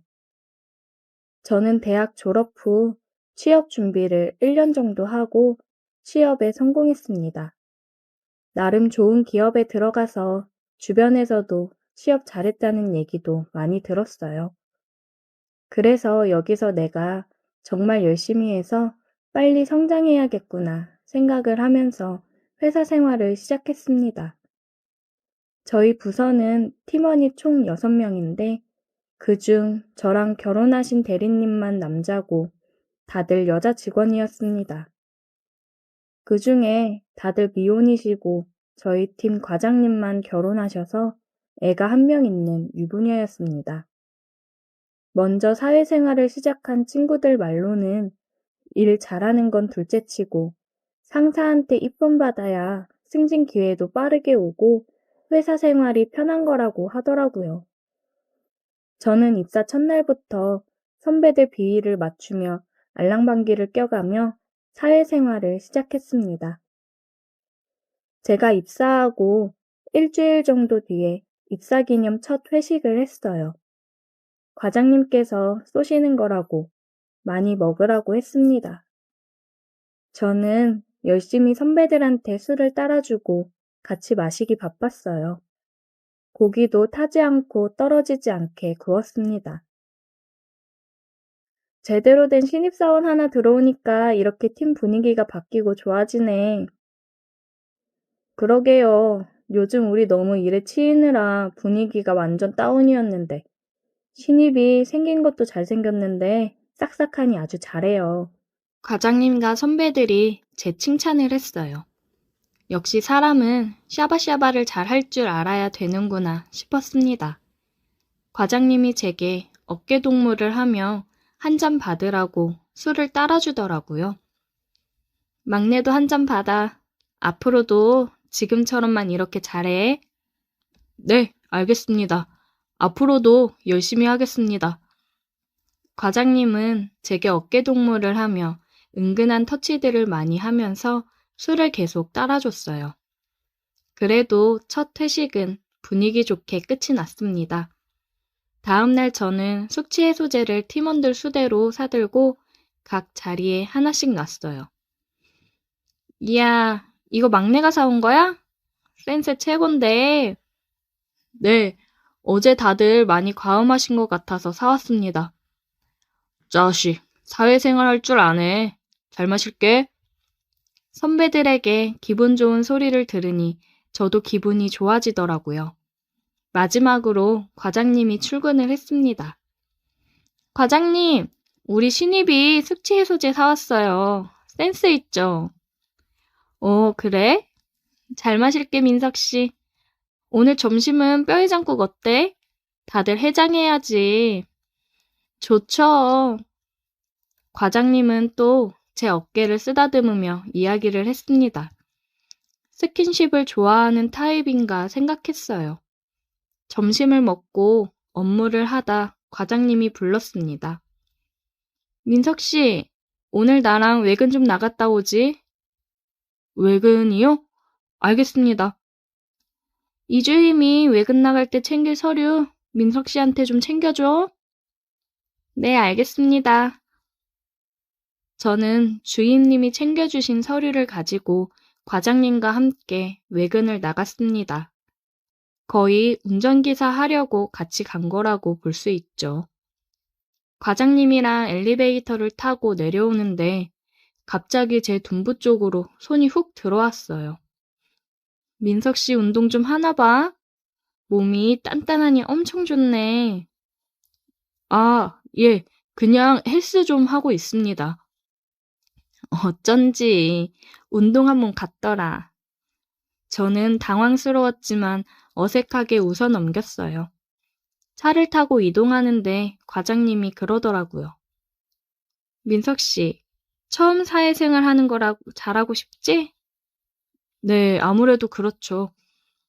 사회생활 하면서 가장 중요한 게 뭔지 알아? 뭘까요? 그냥 라인만 잘 타면 되는 거야. 너무 여기저기 잘 보이려고 애쓰지 말고 제일 필요한 사람한테 잘 보이면 돼. 내 말 무슨 말인지 알지? 네, 명심하겠습니다. 그래, 승진 빠르게 팍팍 해야지. 나만 잘 따라오면 금방 올라갈 수 있어. 네, 과장님만 믿고 따라갈게요. 잘 부탁드립니다. 말이 잘 통하네. 오늘 저녁에는 뭐 해?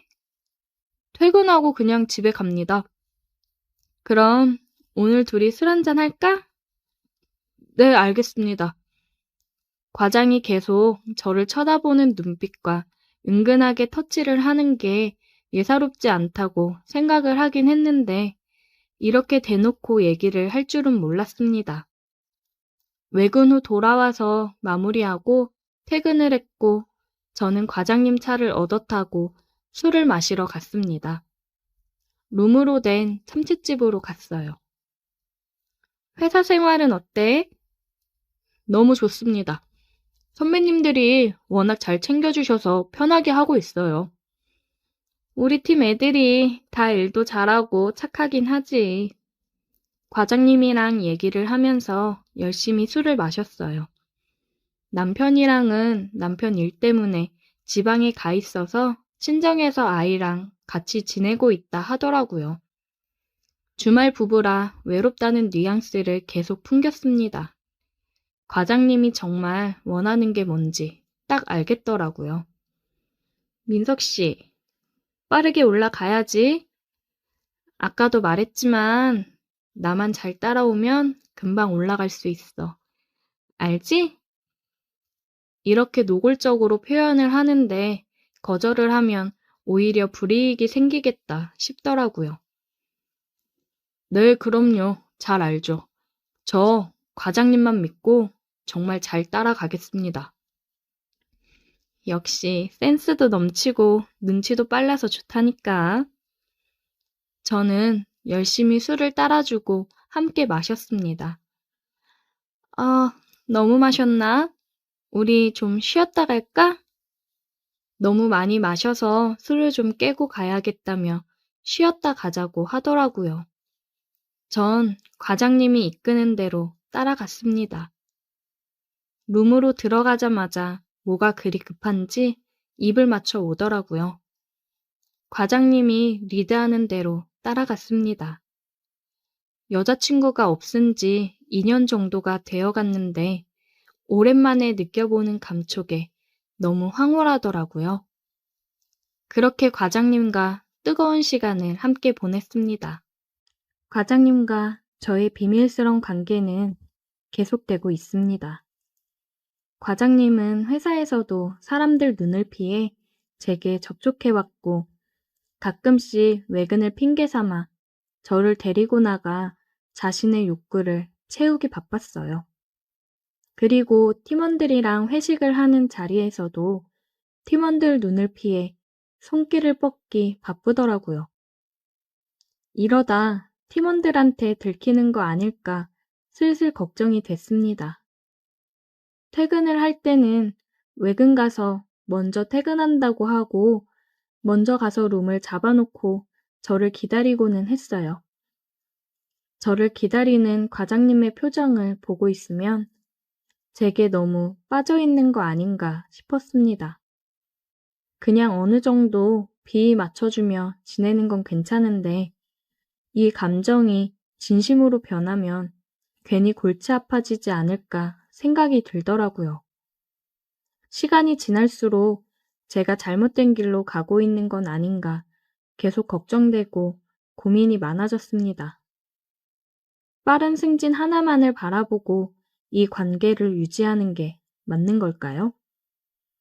아니면 제가 미래를 생각하지 않고 너무 앞만 보고 잘못된 선택을 한 걸까요?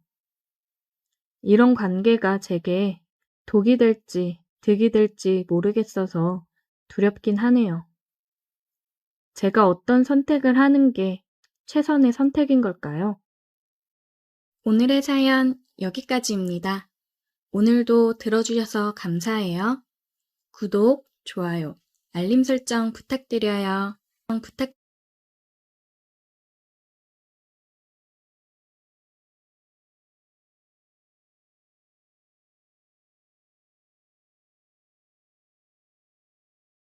졸업하고 취직을 준비하고 있는 백수입니다. 부모님은 식당을 조금 크게 하시고 저는 지금 결혼한 누나와 매형과 함께 부모님이 물려준 집에서 살고 있어요. 백수이긴 하지만 가끔 부모님 식당을 도와주거나 누나가 시키는 잡일들을 하면서 부족한 용돈을 충당하고 있습니다.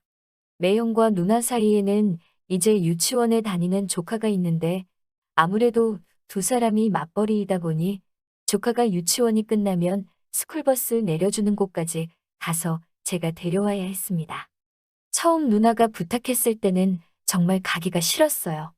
하루 중에 제일 어정쩡한 시간인데다가 결혼도 안 한 꽃다운 나이에 남자 혼자서 젊은 애엄마들 사이에 서 있으니 괜히 시선이 저한테 쏠리는 것 같기도 했고요. 그런데 몇 번 다니다 보니 분명 첫날에는 후줄근하게 나오던 애엄마들이 저를 의식해서인지 화장도 하고 옷도 일부러 저에게 보여주기 위해 입은 것 같은 짧은 옷들을 입고 나오기 시작하는 것 같더라고요. 괜히 남들에겐 말하지 못할 로맨스가 생기진 않을까 기대를 하게 되니 어느 날부터는 즐겁기까지 하더라고요. 게다가 누나한테 용돈까지 받으니 일석이조였어요. 그중에 말을 트게 된 고양이상 얼굴에 새끼가 흘러넘치는 애엄마와 말을 트게 되어서 작업을 조금만 하면 어디 가서 술이나 같이 한 잔 마실 수 있겠다는 계산이 섰는데 누나가 어느 날 저에게 차키를 던져주더라고요. 조카가 유치원이 끝나고 학원에 가야 되니 유치원에 직접 가서 태워오고 학원에 내려주고 오라는 겁니다. 그 귀여운 애엄마와 조금만 더 하면 될 것 같은 게 아쉬워서 누나에게 싫다고 땡깡을 부렸더니 평일 동안에는 차를 자유롭게 써도 된다는 조건을 걸어서 알겠다고 했습니다. 차가 생기면 어떤 방법이든 생길 것 같다는 계산이 들었어요. 차키를 건네받은 첫날 유치원으로 향했습니다. 문을 열고 들어가니 한 아줌마 한 분이 어떻게 오셨냐고 물어봐서 조카 이름 대면서 데리러 왔다고 말을 했습니다. 이어서 어떤 선생님이 나오셔서 눈이 마주쳤는데 그녀를 마주친 순간 그 귀여운 애엄마는 제 머릿속에서 순식간에 사라져버리고 말았습니다. 조카를 데리고 저를 마중 나온 유치원 선생님 그녀는 제 어깨를 살짝 넘는 큰 키에 검은색 긴 생머리가 너무나도 청순하게 잘 어울리는 미인이었습니다. 나풀나풀한 원피스를 입고 그 위에 검정색 앞치마를 메고 있었는데 그 앞치마 때문인지 되게 가정적인 청순함이 묻어나오더라고요. 약간 마른 몸매에 가늘은 허리가 인상적이었던 그녀는 얼굴도 정말 예뻤습니다. 텔레비전에서 본 것만 같은 연예인을 연상시키는 미모에 기다리고 있는 조카 녀석은 제 눈에 들어오지도 않았습니다. 그런 가녀린 모습에도 그녀에겐 왠지 가까이 다가갈 수 없는 기운이 느껴졌습니다. 뭐랄까, 저 같은 한량이랑은 어울리지 않는다는 그런 느낌이었던 것 같아요. 작업을 해보려고 능글맞게 인사를 건네도 조용하고 나긋나긋한 목소리로 할 말만 하고 더 이상 저와 대화를 이어가려는 느낌이 들지 않았습니다. 아무튼 그렇게 조카를 차에 태우고 조카에게 이것저것 물어봐서 나이랑 이름을 알게 되었습니다. 저보다 3살이 어린 26살이었는데 애들은 지 선생님이라 그런지 엄마보단 안 이쁘지만 정말 최고로 착하다고 칭찬을 하더라고요.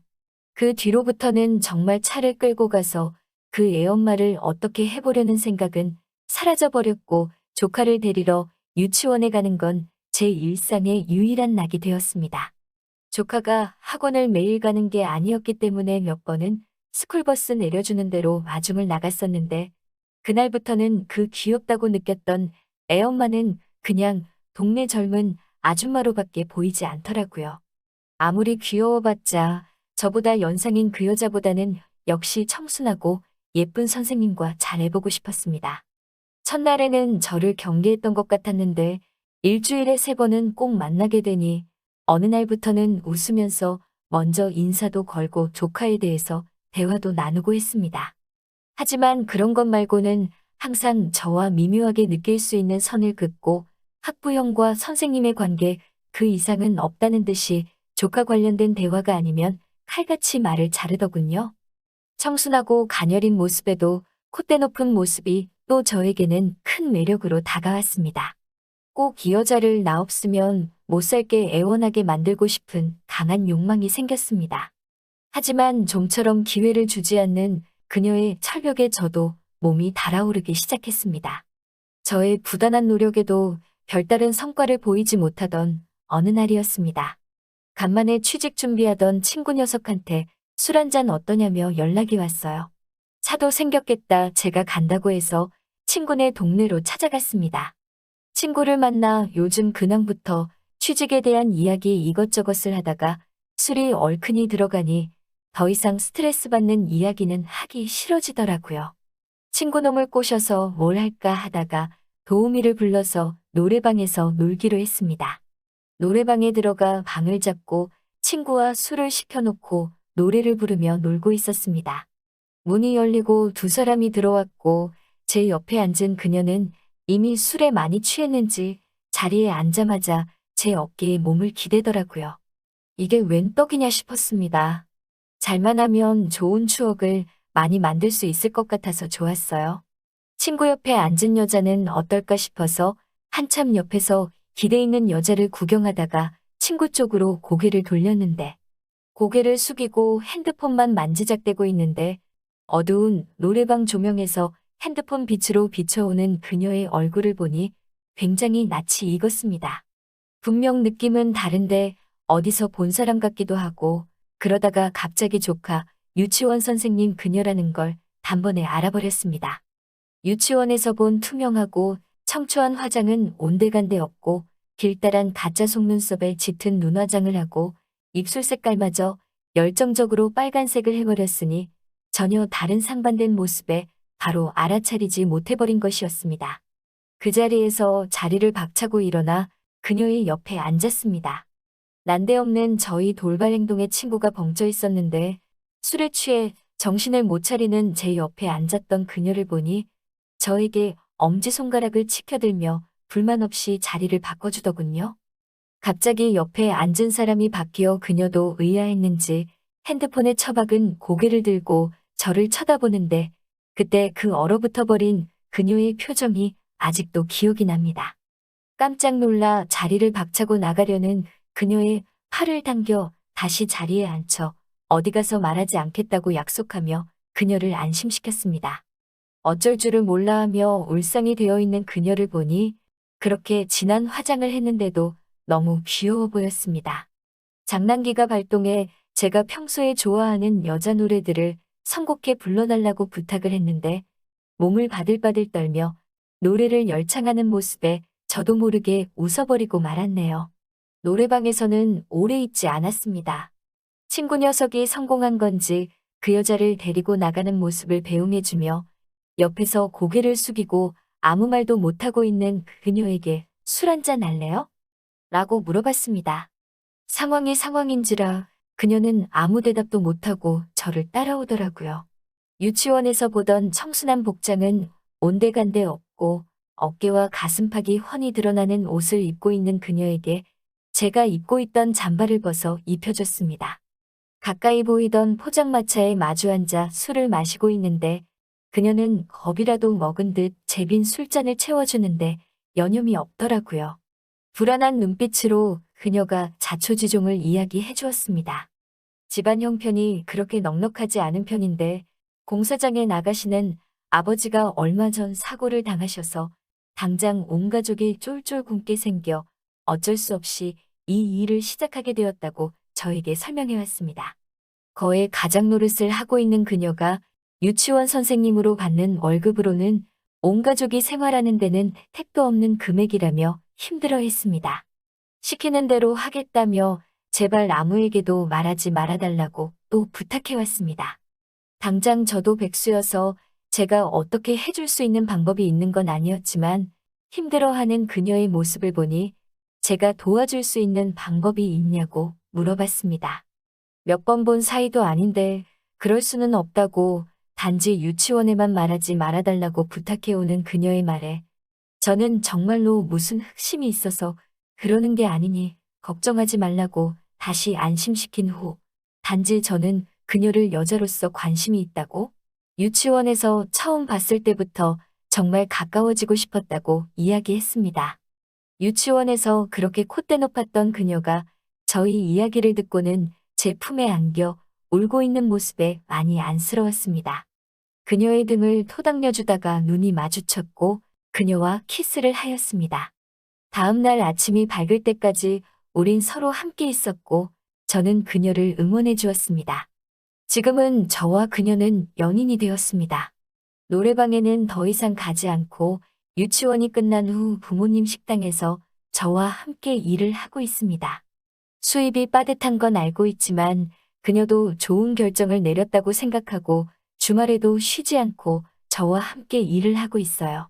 서로의 등을 지켜주는 좋은 연인이 생겨 너무 좋습니다. 오늘의 사연은 여기까지네요. 긴 사연 끝까지 들어주셔서 감사합니다.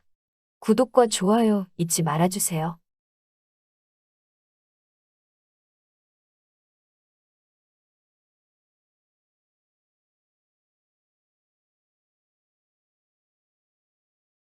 되지 않은 30대 주부입니다. 남편과 결혼한 가장 큰 이유는 남편의 형 때문입니다. 제가 작은 카페를 운영하고 있는데 손님으로 남편이 자주 왔어요. 남편 회사 근처에 있는 카페였거든요. 자주 와서 얼굴을 알고 있었고, 그래서 오면 인사도 하고 지냈습니다. 어느 날 남편이 시간이 있냐고 물어보더라고요. 누가 봐도 이 사람 나한테 관심이 있어서 계속 카페에 오는 거구나. 고백하려고 시간을 물어보는구나 하고 느껴졌습니다.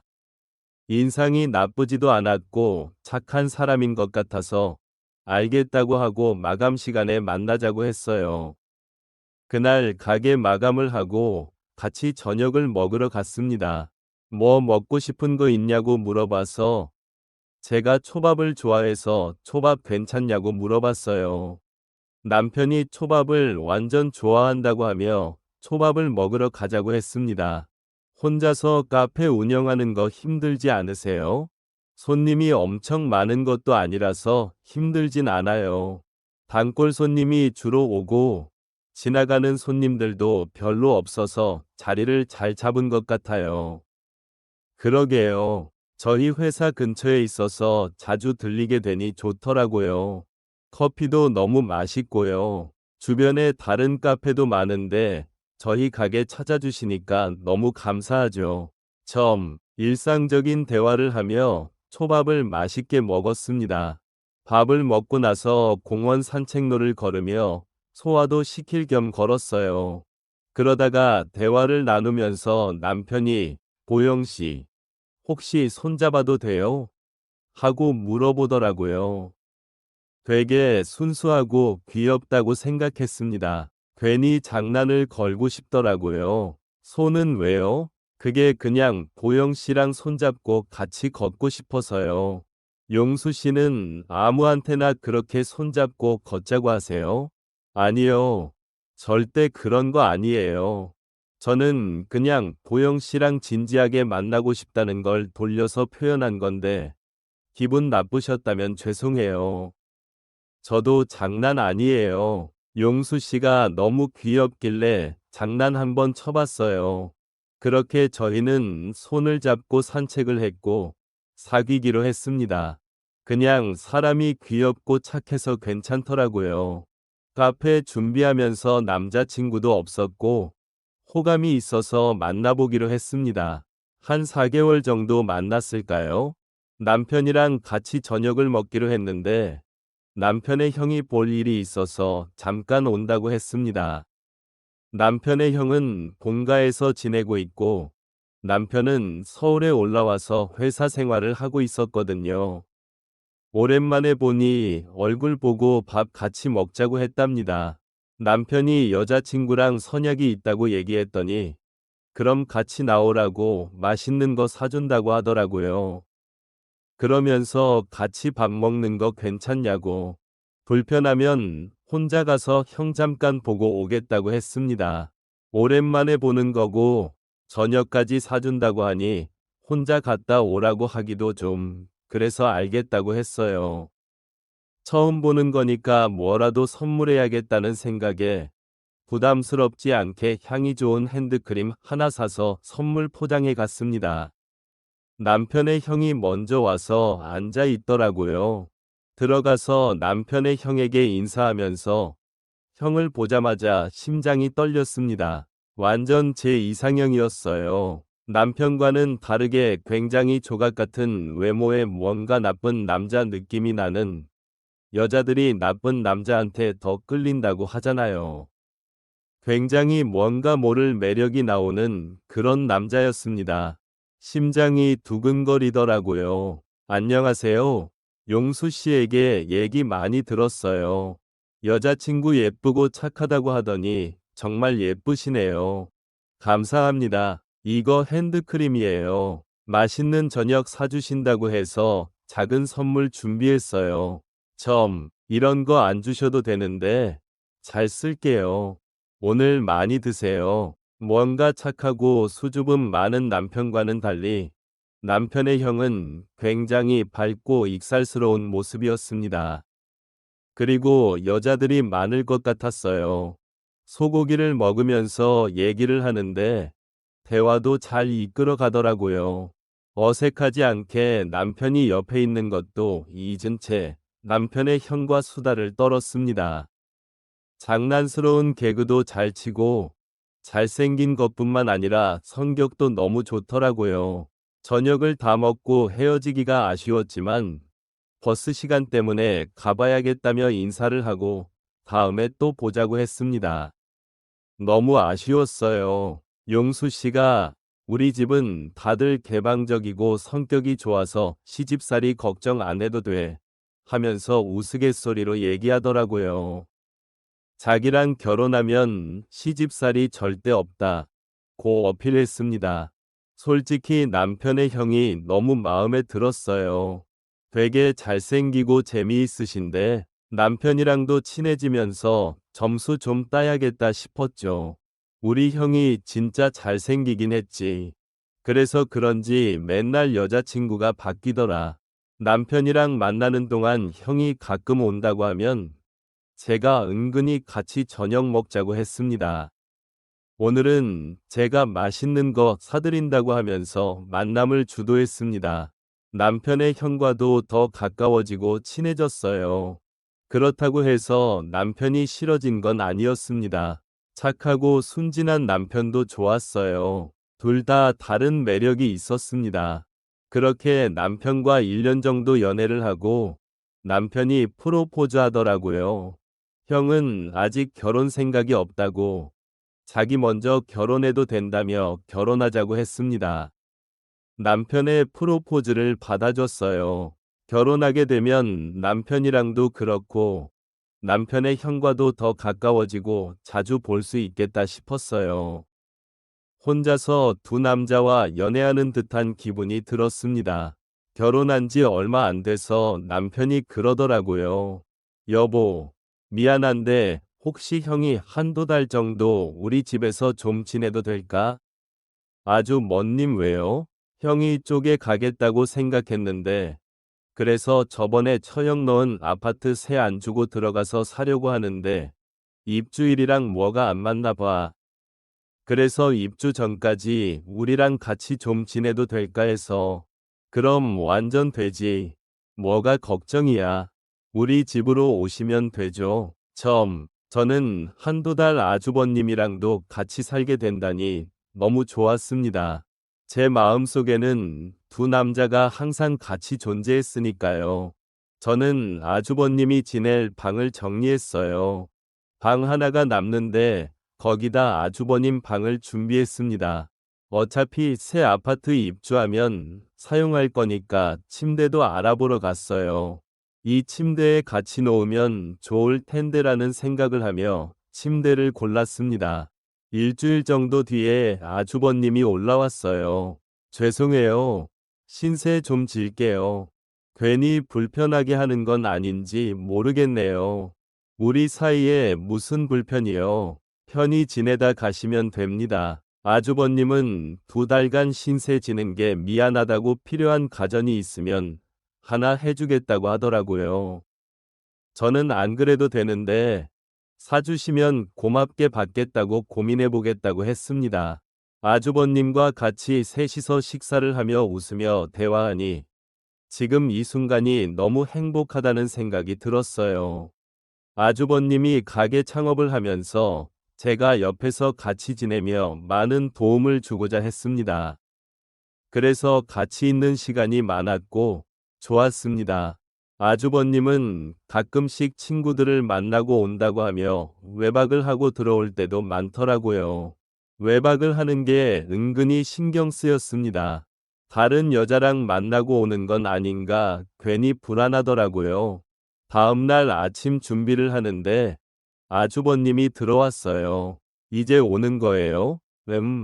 친구들이랑 술 마시다가 간만에 괜찮은 여자가 있길래 아무렇지도 않게 여자를 만나 외박을 했다는 얘기를 할 만큼 가까워지긴 했지만 기분이 좋지는 않았습니다. 주변에 여자가 너무 많은 게 싫었어요. 저는 같이 지내는 동안 아주버님도 나에게 마음을 열게 만들고 싶었습니다. 그분의 품에 안기고 싶었어요. 그래서 은근히 더 야시시하게 입고 다녔습니다. 남편이 회사에 출근해 있고 저는 알바생에게 가게를 거의 맡기고 있기 때문에 집에 있는 시간이 많았어요. 그래서 아주버님이랑 주로 집에 있는데 그럴 때면 항상 짧은 옷들을 입었습니다. 아주버님은 엄청 혈기가 왕성한 남자인데 같은 공간에서 그러고 있으면 저라도 한번 하고 싶어지지 않겠어요? 점심을 차려 같이 먹으면서 은근히 발로 터치도 했습니다. 잘못 친 것처럼 다리를 먹을 때에도 아주버님 드세요 하며 음식을 먹여주기도 했어요. 아주버님은 처음에는 조금 당황하는 것 같았지만 이내 은근하게 저에게 스킨십을 하기도 했어요. 너무 좋았습니다. 남편이 회식하는 날이었습니다. 많이 늦을 것 같으니 먼저 저녁 먹고 자고 있으라 고 하더라고요. 아주버님과 둘이 먹을 음식과 술을 함께 준비했습니다. 드디어 오늘이다 생각했습니다. 아주버님, 나와서 밥 먹어요. 알겠어. 와, 뭐 이렇게 많이 차렸어. 둘이 먹는 건데 그냥 간단하게 먹지. 간만에 실력 발휘 좀 했죠. 이거 아주버님이 좋아하는 거예요. 역시 재수 씨가 최고네. 저희는 같이 식사를 하며 즐거운 시간을 보냈어요. 일부러 아주버님에게 술을 많이 먹이기도 했고, 저도 은근히 술을 많이 마셨습니다. 아주버님도 조금씩 취기가 올라오는 게 보였어요. 아, 왜 이렇게 덥지? 저는 취한 척 슬그머니 옷을 벗었어요. 그러면서 물을 가지러 가려다 일어나 비틀거리며 아주버님 쪽으로 넘어지는 척하며 안겼습니다. 그런 저를 아주버님은 안아주었고 서로 눈을 맞춰 쳐다보았어요. 아, 이러면 안 되는데. 뭐가 안 된다는 거예요? 나도 남자라서 위험한 상황이야. 나 위험한 거 좋아하는데. 아주버님, 나 아주버님 사랑해요. 제 말이 끝나기 무섭게 아주버님은 저에게 키스를 했고, 저희는 뜨거운 시간을 보냈습니다. 저는 아주버님 방으로 가자고 했어요. 제가 골랐던 그 침대 위에서 아주버님과 함께하고 싶었습니다. 아주버님과의 뜨거운 시간은 정말 상상 이상으로 너무 좋았습니다. 이 순간을 너무나 기다렸는데 정말 이런 순간이 와서 너무 행복했습니다. 그 이후 남편이 없을 때마다 아주버님과 사랑을 나누곤 해요. 두 남자 사이에서 저는 너무 행복한 결혼 생활을 하고 있습니다. 이런 마음을 가지고 남편과 결혼을 했고, 결국 목표를 이루어 아주버님과도 사랑하게 되어서 남편에게는 미안하긴 하지만 그만큼 남편도 사랑하고 아내로서 잘하고 있으니 괜찮겠죠. 오히려 아주버님과의 관계 이후 남편에게 더 잘하게 되더라고요. 너무 행복합니다. 제 이야기를 들어주셔서 감사합니다. 좋아요와 구독을 눌러서 저를 응원해주세요. 응원해주세요. 응원해